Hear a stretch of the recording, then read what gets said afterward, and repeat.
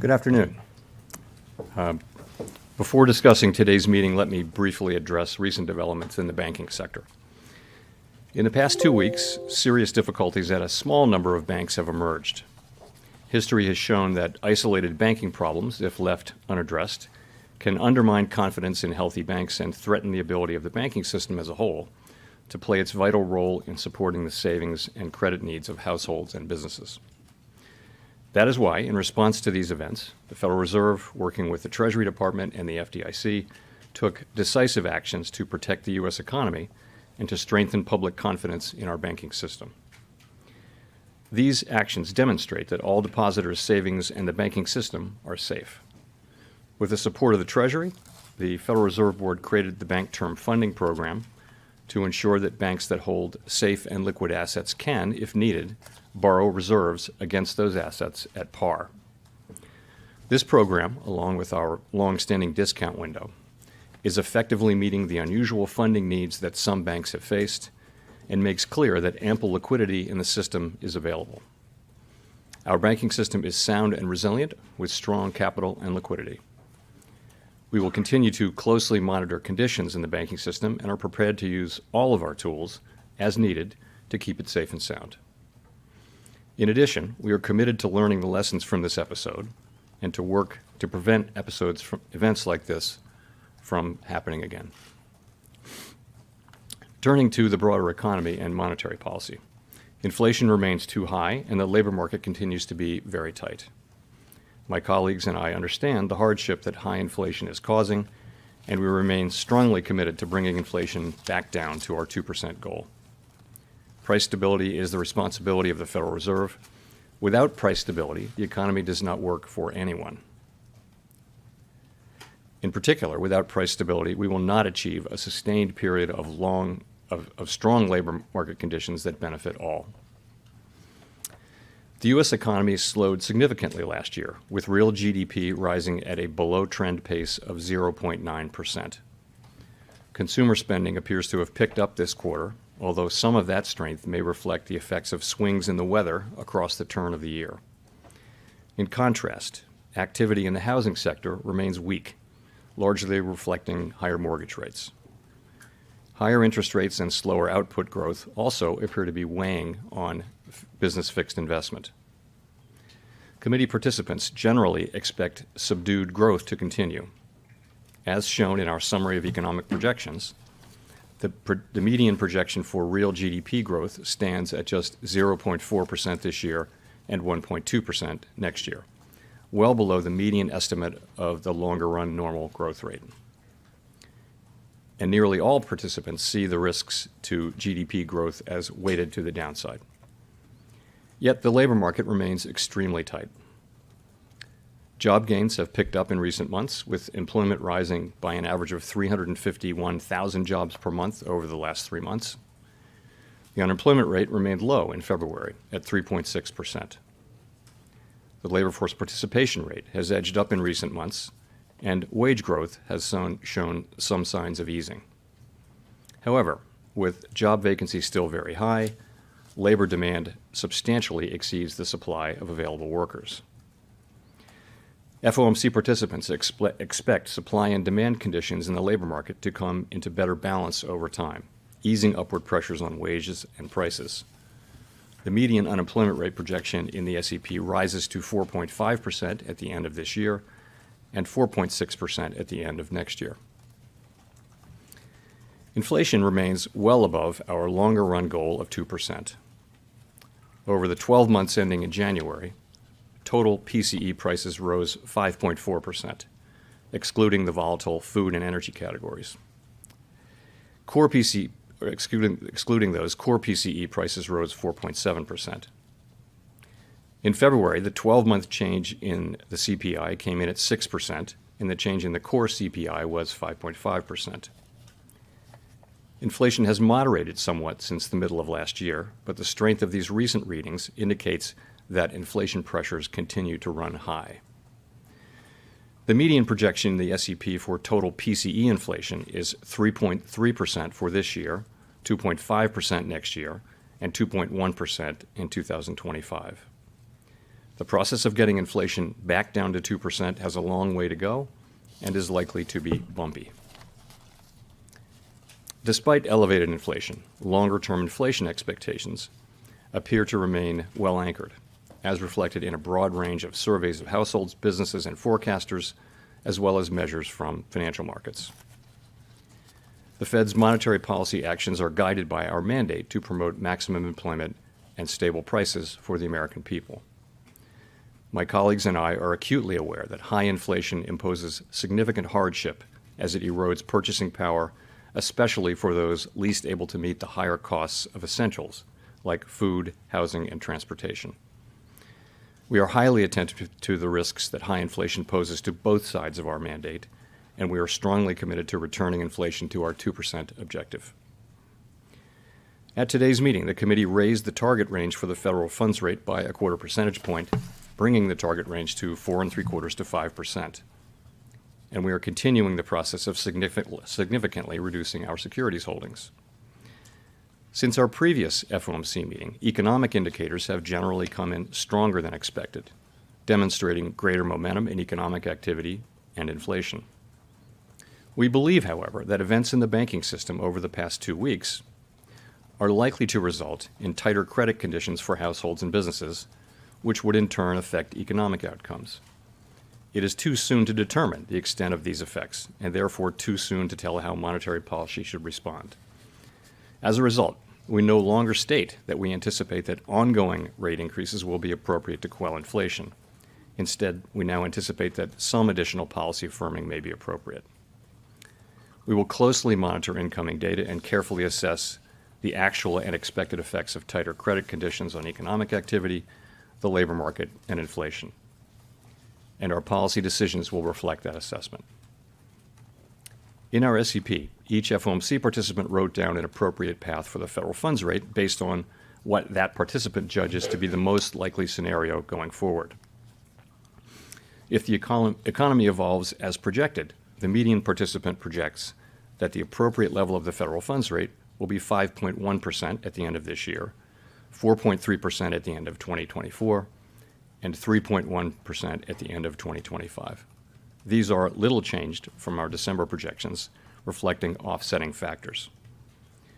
These projections are not a committee decision or plan. If the economy does not evolve as projected, the path for policy will adjust as appropriate to foster our maximum employment and price stability goals. We will continue to make our decisions meeting by meeting based on the totality of the incoming data and their implications for the outlook for economic activity and inflation. We remain committed to bringing inflation back down to our 2% goal and to keep longer-term inflation expectations well anchored.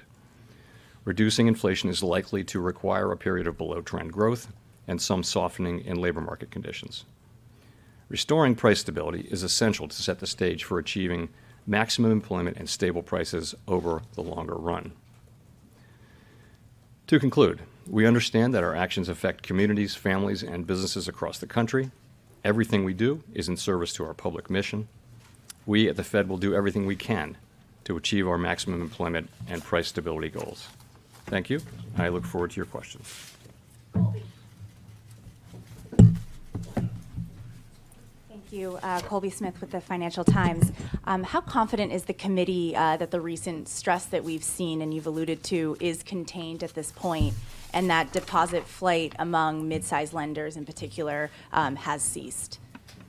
Thanks. So I guess our view is that the banking system is sound and it's resilient. It's got strong capital and liquidity. We took powerful actions with Treasury and the FDIC, which demonstrate that all depositors' savings are safe and that the banking system is safe. Deposit flows in the banking system have stabilized over the last week. And the last thing I'll say is that we're undertaking a thorough internal review that will identify where we can strengthen supervision and regulation. Okay, just a quick follow-up. I mean, given all of the stress and the uncertainty that you've also alluded to in the statement, how seriously was a pause considered for this meeting?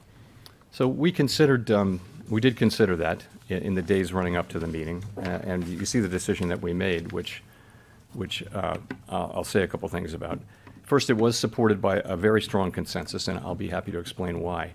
And really it is that the intermeeting data on inflation and the labor market came in stronger than expected. And really before the recent events, we were clearly on track to continue with ongoing rate hikes.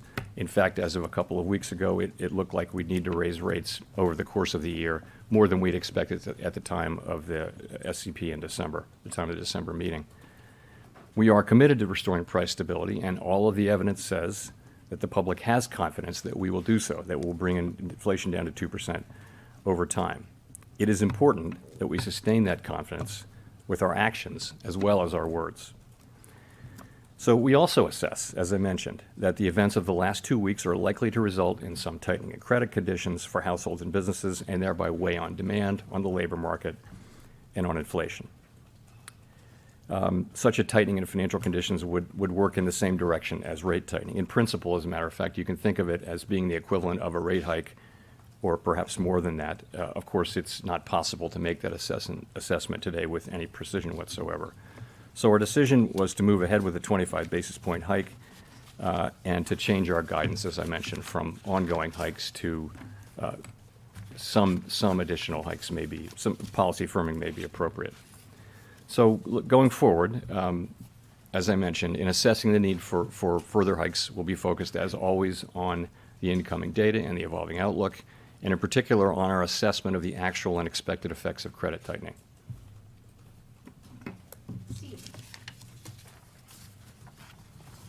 Mr. Chairman, can you explain the difference between ongoing rate increases and firming? Does firming imply a rate increase per se, or could policy firm without you increasing rates? No, I think it's meant to refer to our policy rate. Really, I would focus on the words may and some, as opposed to ongoing.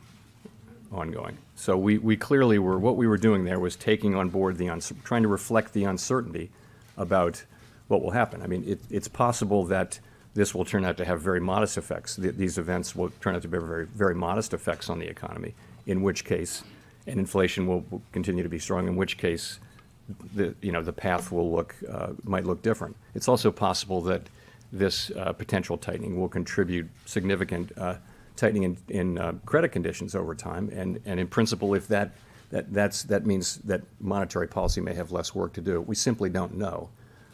So, do you have concerns that the hike you did today could further exacerbate the problem in the banks?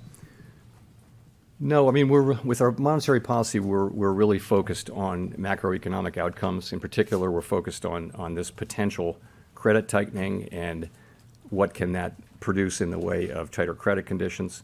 I think when we think about the situation in the banks, we're focused on our financial stability tools, in particular our lending facilities, the discount window, and also the new facility.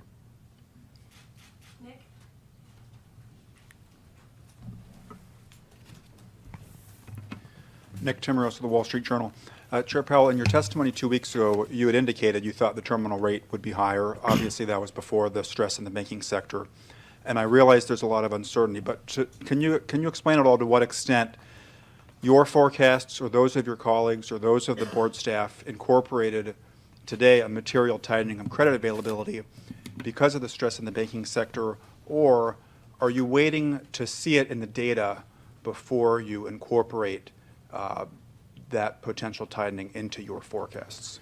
So, we've just come from an FOMC meeting, and the people who write the minutes will be very carefully counting, but I'll tell you what I heard. What I heard was a significant number of people saying that they anticipated there would be some tightening of credit conditions, and that would really have the same effects as our policies do, and that therefore they were including that in their assessment, and that if that turned out not to be the case, that in principle you'd need more rate hikes. So some people did reflect that in their SEP forecasts. I think there may also just have been, remember, this is 12 days ago. We're trying to assess something that just is so recent, and it's very difficult. There's so much uncertainty. So December was a good place to start, and we wound up with very similar outcomes for December. And in a way, the data in the first 5 weeks of the intermeeting period, pointed to stronger inflation and stronger labor markets. So that pointed to higher rates, and then this latter part, kind of the possibility of credit conditions tightening really offset that effectively. To follow up, have you considered at all whether your primary tool, the funds rate, is going to be enough to sustain the kind of tighter financial conditions that you believe will be necessary without doing significant damage to the banking sector? Have you, for example, considered changing reserve requirements, selling assets out of the system, open market account, as a way to better achieve tighter financial conditions that don't accelerate deposit erosion, for example, from banks? You know, we know that we have other tools in effect, but no, we think our monetary policy tool works, and we think, you know, many banks, our rate hikes were well telegraphed to the market, and many banks have managed to handle them. Victoria. Hi, Victoria Guida with Politico.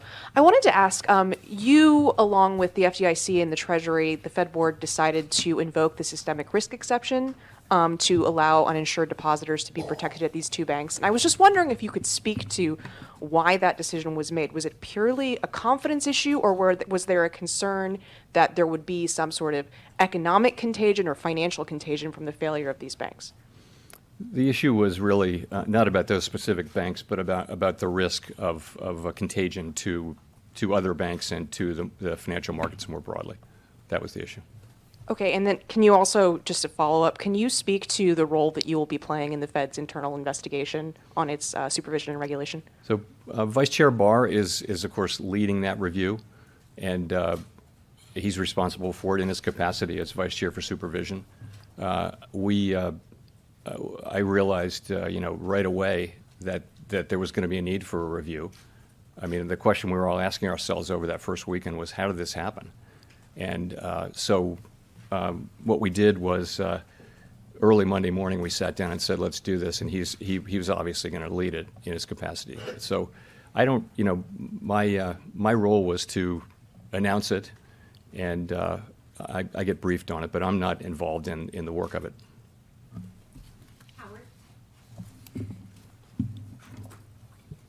Hi, Chair Powell. Howard Schneider from Reuters. So I want to go back to your February press conference. You mentioned the word disinflation, I believe, 9 or 10 times, a process that you felt was, I forget the word you used, but gratefully underway or something like that. Is disinflation still occurring in the U.S. today?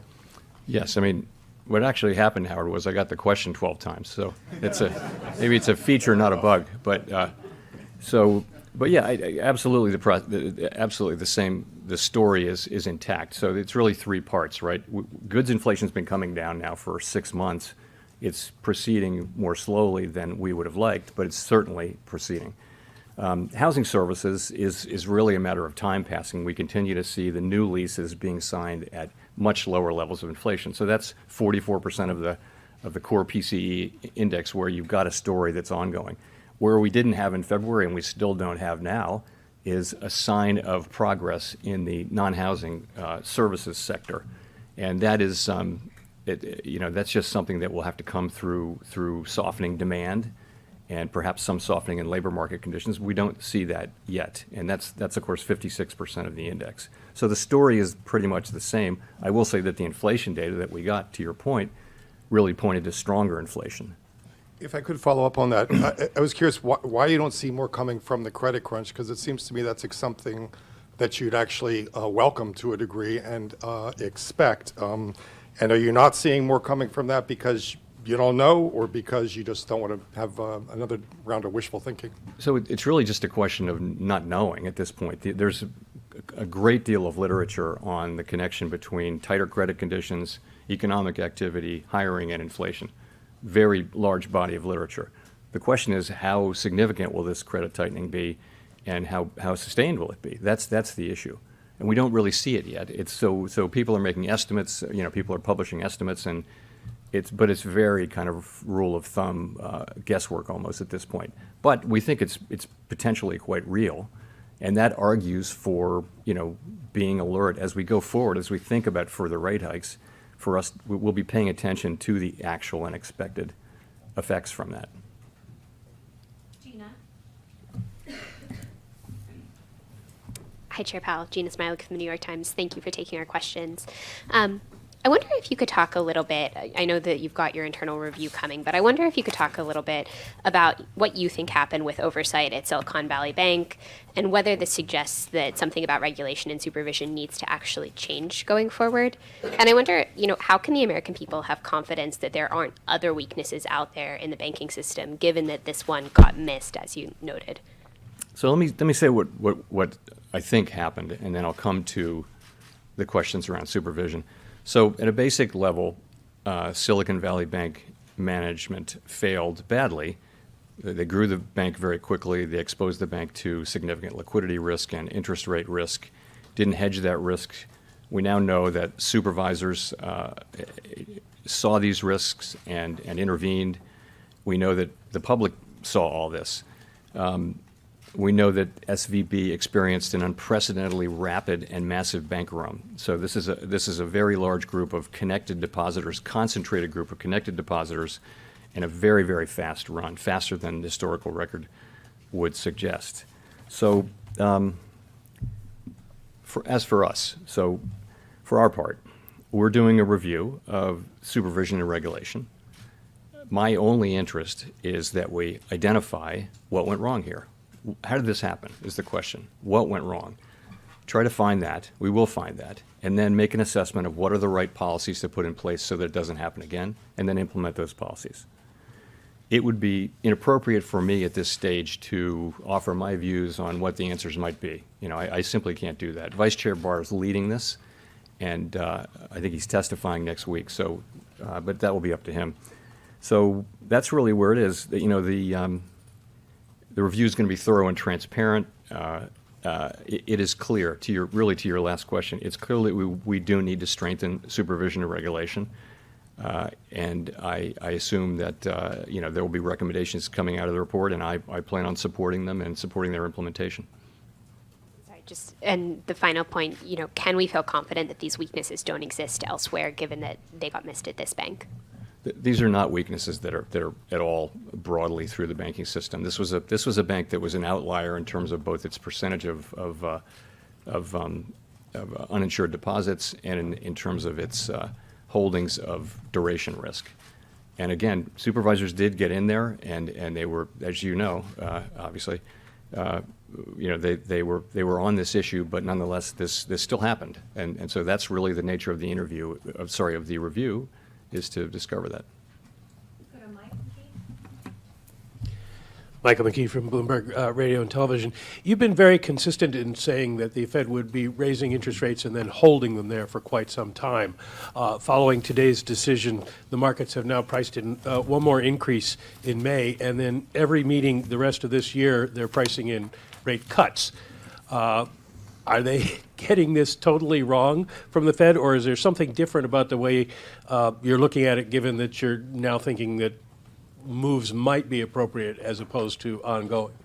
So we published an SEP today, as you will have seen, and it shows that basically participants expect relatively slow growth, a gradual rebalancing of supply and demand in the labor market, with inflation moving down gradually.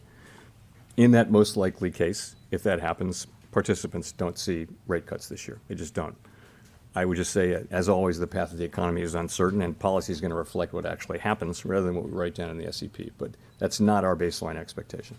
Well, if I could follow up and ask, as you look forward into the rest of the year here, are you saying that what you see and the 5.1% basically consensus is based on it will be sufficiently restrictive, or is it leavened by the idea of you don't know what's going to happen? In other words, what should people think about in terms of how the Fed thinks about how far it is from the terminal? It's going to depend. Remember, we're looking, for purposes of our monetary policy tool, we're looking at what's happening among the banks and asking, is there going to be some tightening in credit conditions? And then we're thinking about that as effectively doing the same thing that rate hikes do. So in a way, that substitutes for rate hikes. So the key is we have to have policies got to be tight enough to bring inflation down to 2% over time. It doesn't all have to come from rate hikes. It can come from tighter credit conditions. So that we're looking at, and it's highly uncertain how long the situation will be sustained or how significant any of those effects would be. So we're just going to have to watch. In the meantime, and obviously at the end of the day, we will do enough to bring inflation down to 2%. No one should doubt that. Let's go to Rachel Siegel.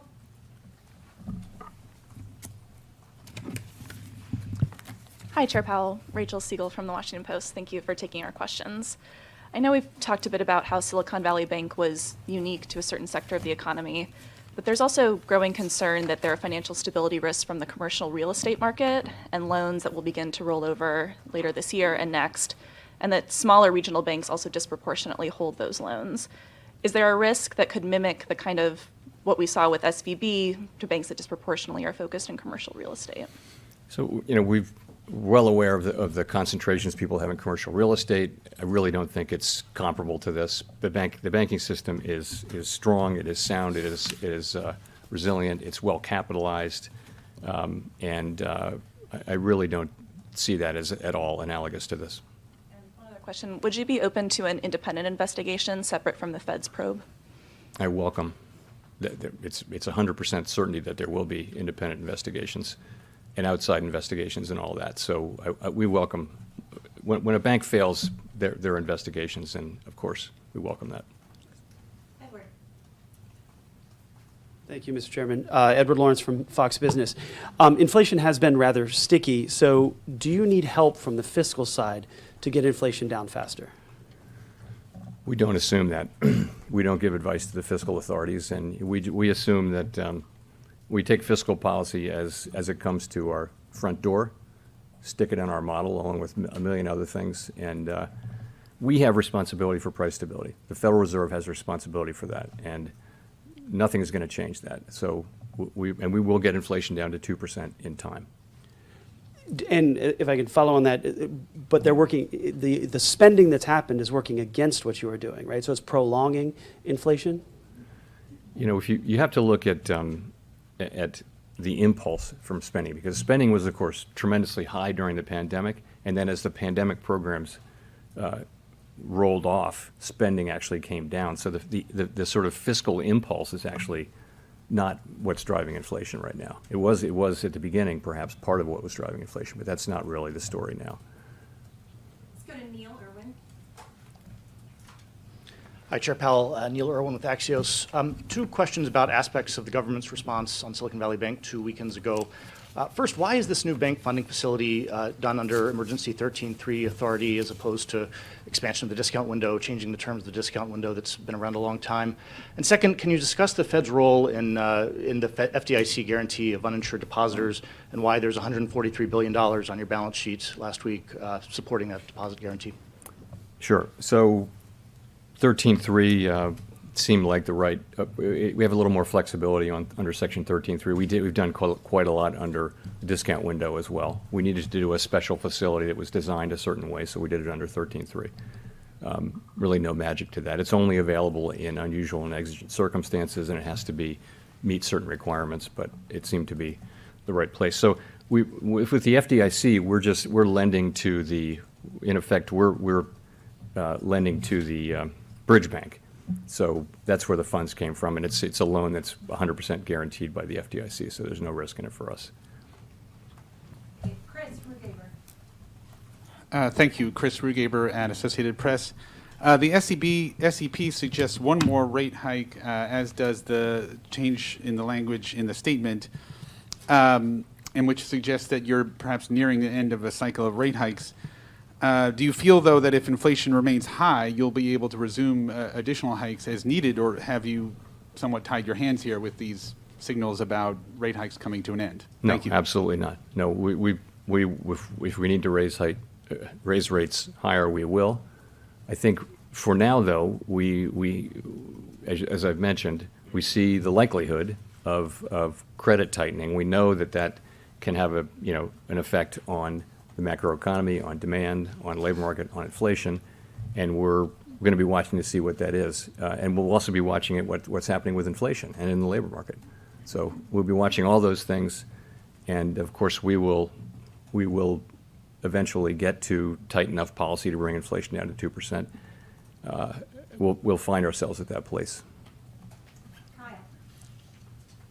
Hi, Chair Powell. Thanks for taking the question. Kyle Campbell with American Banker. I have a couple questions about the balance sheet. First of all, I'm curious at what point the financial supports that the Fed is extending through the discount window and through its enhanced lending facility might be at odds with the objective of reducing the balance sheet. And I'm also curious what your thoughts are on not just the availability of reserves, but the distribution of them throughout the banking system, and at what point you might be concerned about it being scarce for certain banks. So people think of QE and QT in different ways, so let me be clear about how I'm thinking about these recent developments. So the recent liquidity provision that has increased the size of our balance sheet, but the intent and the effects of it are very different from when we expand our balance sheet through purchases of longer-term securities. Large-scale purchases of long-term securities are really meant to alter the stance of policy by pushing up the price and down the rates, longer-term rates, which supports demand through channels we understand fairly well. The balance sheet expansion is really temporary lending to banks to meet those special liquidity demands created by the recent tensions. It's not intended to directly alter the stance of monetary policy. We do believe that it's working. It's having its intended effect of bolstering confidence in the banking system and thereby forestalling what might otherwise have been an abrupt and outsized tightening in financial conditions. So that's working. In terms of the distribution of reserves, we don't see ourselves as running into reserve shortages. We think that our program of allowing our balance sheet to run off predictably and passively is working. And of course, we're always prepared to change that if that changes, but we don't see any evidence that that's changed. Hi, Chair. Katerina Saraiva with Bloomberg News. The minutes of the January-February meeting, the last meeting, indicate that you discussed the possibility of runs on non-bank financial institutions and the impact of large unrealized losses on bank portfolios. Can you talk a little bit more about that discussion, kind of what was talked about in light of that? And then why didn't the Fed do anything about that at that point to ultimately prevent, what happened this month? I mean, to be honest, I don't recall the specifics of that. It's quite an interesting 7 weeks, but I will tell you though that there have been presentations about interest rate risk. I mean, it's been in all the newspapers. It's not a surprise that there are institutions that have had unhedged long positions in long duration securities that have lost value as longer term rates have gone up due to our rate increases. So that's not a surprise. I think, as you know, as it is now on the public record, the supervisory team was apparently very much engaged with the bank repeatedly and was escalating, but nonetheless what happened. And so that's really the purpose of one way to think about the review that Vice Chair Barr is conducting, is to try to understand how that happened and try to understand how we can do better and what policies we need to change. I mean, one thing is the speed of I'll come back to that, the speed of the run. It's very different from what we've seen in the past, and it does kind of suggest that there's a need for possible regulatory and supervisory changes, just because supervision and regulation need to keep up with what's happening in the world. Can you confirm whether or not the board knew about these escalations by the examiners in San Francisco? I will have to come back to you on that. Yeah, I don't know. Simon Urbanovich with The Economist. Thank you very much. Chair Powell, you've stated twice today that all depositors' savings in the banking system are safe. Are you saying that de facto deposit insurance covers all savings? Shouldn't Congress have a say in that? And just by way of example, if a bank with less than $1 billion in assets failed, are you promising to bail out all of its depositors? Thanks. Well, I'm not saying anything more than I'm saying. So, but what I'm saying is you've seen that we have the tools to protect depositors when there's a threat of serious harm to the economy or to the financial system, and we're prepared to use those tools. And I think depositors should assume that their deposits are safe. Go to Greg Robb. Thank you, Chair Powell. Greg Robb from MarketWatch. I was wondering if you could give us a little bit more color. You gave just a little bit of color. You said during the first week of the Silicon Valley weekend, you said the question you guys asked was, how did this happen when you saw Silicon Valley Bank? So I was wondering if you could go to the Credit Suisse merger. I mean, wasn't that the big gorilla in the room? Didn't you breathe a sigh of relief when that merger happened? Thanks. Sure. So, that was really the Swiss government. We, of course, were following it over the course of the weekend, and we were engaged with their authorities in the way that you would expect, all the ways that you would expect. It seems to have been a positive outcome in the sense that the transaction was agreed to, and it has been, the markets have accepted it, and it seems to have gone well, and I think there was a concern that it might not go well. So coming into the middle of this week, yes, I would say that has gone well. So far. Nicole. Hi, thank you, Chair Powell. Nicole Goodkind with CNN Business. In the summary of economic projections, the FOMC sees the unemployment rate increasing to 4.5% this year. I'm wondering how you anticipate preventing this from snowballing while using the admittedly blunt tools at your disposal. So that's an estimate of what will happen as demand slows and as conditions soften in the labor market. And it's a highly uncertain estimate. And there's really, we have to bring inflation down to 2%. The costs of bringing it down, there are real costs to bring it down to 2%, but the costs of failing are much higher. And if you read your history, I'm sure you have, you can see that if the central bank doesn't get inflation back in place, make sure that inflation expectations remain anchored, you can have a long series of years where inflation is high and volatile, and it's hard to invest capital. It's hard for an economy to perform well, and we're looking to avoid that, and and to get back to where we need to be, back to where we were for a quarter century, and get there as quickly as we can. But I guess the question is, historically, it's hard to... Mr. Mike, please. Yes, sir.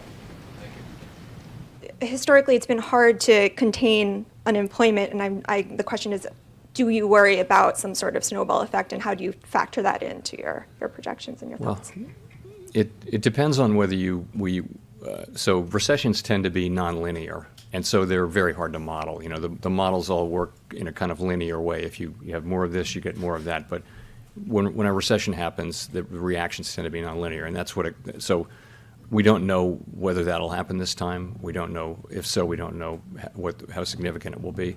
And so, we're very focused on getting inflation down, because we know in the longer run that is the thing that will most benefit the people we serve. That's how we can have we've had very strong labor markets through these long expansions that we've had. 4 of the 5 longest, or 3 of the 4 longest expansions in U.S. history have been really since the high inflation period. And the reason was inflation wasn't forcing the central bank to come in and stop an incipient or an expansion. You can have very, very long expansions without high inflation, and we had several of those, and they're very good for people. You see late in an expansion, you see low unemployment, you see the benefits of wages going to people at the lower end of the wage spectrum. It's just a place that we should try to get back to. Jean. Hi, Chair Powell. Jean Young with Market News. I just wanted to ask, with all the events of the past 2 weeks, do you still see a possibility of a soft landing for the U.S. economy? It's too early to say really whether these events have had much of an effect. It's hard for me to see how they would have helped the possibility, but I guess I would just say it's too early to say whether there really have been changes in that. The question will be how long this period is sustained. The longer it's sustained, then the greater will be the likely declines in or tightening in credit standards, credit availability. So we'll just have to see. I do still think, though, that there's a pathway to that. I think that pathway still exists, and we're certainly trying to find it. Nancy. Hi, Chair Powell. Nancy Marshall-Genzer with Marketplace. Just wondering how many financial institutions have been issued matters requiring attention or matters requiring immediate attention citations at this point? How many? I don't know. But those are serious regulatory, particularly immediate attention. And I guess there were 6 of them. So. And getting to the seriousness of it, how are you going to ensure that banks comply with these citations, take them seriously? How will you enforce them? That is a great question and is right in the heart of what the review will be doing under Vice Chair Barr's leadership. So I think that's what you think about. What can we do to make sure? But again, that's not for me to answer today. So you have specific thoughts on that? Well, I see. If I did, I wouldn't share them because I really, this review's going on, and I want nothing other than us to find out what happened and why, figure out what we can do to do better, and then implement those changes. That's all I want. It's for me to be giving you my half-formed or partially informed thoughts. It just isn't appropriate. There's a real serious review going on with people from all over the Federal Reserve System who are not connected to this, to this work, not connected to this bank, and under again Vice Chair Barr's leadership, and I'm confident that it will produce a satisfactory result. Okay, we'll go to Jennifer for the last question. Thank you, Chair Powell. Jennifer Schonberger with Yahoo Finance. Curious, how do you view financial conditions right now? If credit becomes expensive enough, choking off growth, as you said you're watching for, would that situation warrant a rate cut? What situation would warrant a rate cut? And have the bank failures prompted any discussion around changing the implementation of the balance sheet runoff? Thank you. So we haven't really talked about changing the balance sheet implementation. That's not something we've discussed yet. As I mentioned, we're always willing to change that if we conclude that it's appropriate, but we're really not seeing any signs there. Sorry, then the question before that was, just give me a... Curious how you view financial conditions now, and if credit were okay. to tighten enough, if that would prompt a rate cut. So financial conditions seem to have tightened, and probably by more than the traditional indexes say, because the traditional indexes are focused a lot on rates and equities, and they don't necessarily capture lending conditions. So we think that, though. So there are other measures which if they're focused on, bank lending conditions and things like that, they show some more tightening. The question for us, though, is how significant will that be, and how, what will be the extent of it, and what will be the duration of it, and then once you know that. There's a fair amount of research about how that, with broad uncertainty bands, how that works its way into the economy over what period of time. And so, so we'll be looking to see the first part of that, like how serious is this, and how does it look like it's going to be sustained? And if it is, it could easily have a significant macroeconomic effect, and we would factor that into our policy decisions. I mentioned with rate cuts, rate cuts are not in our base case, so that's all I have to say. So, thank you very much.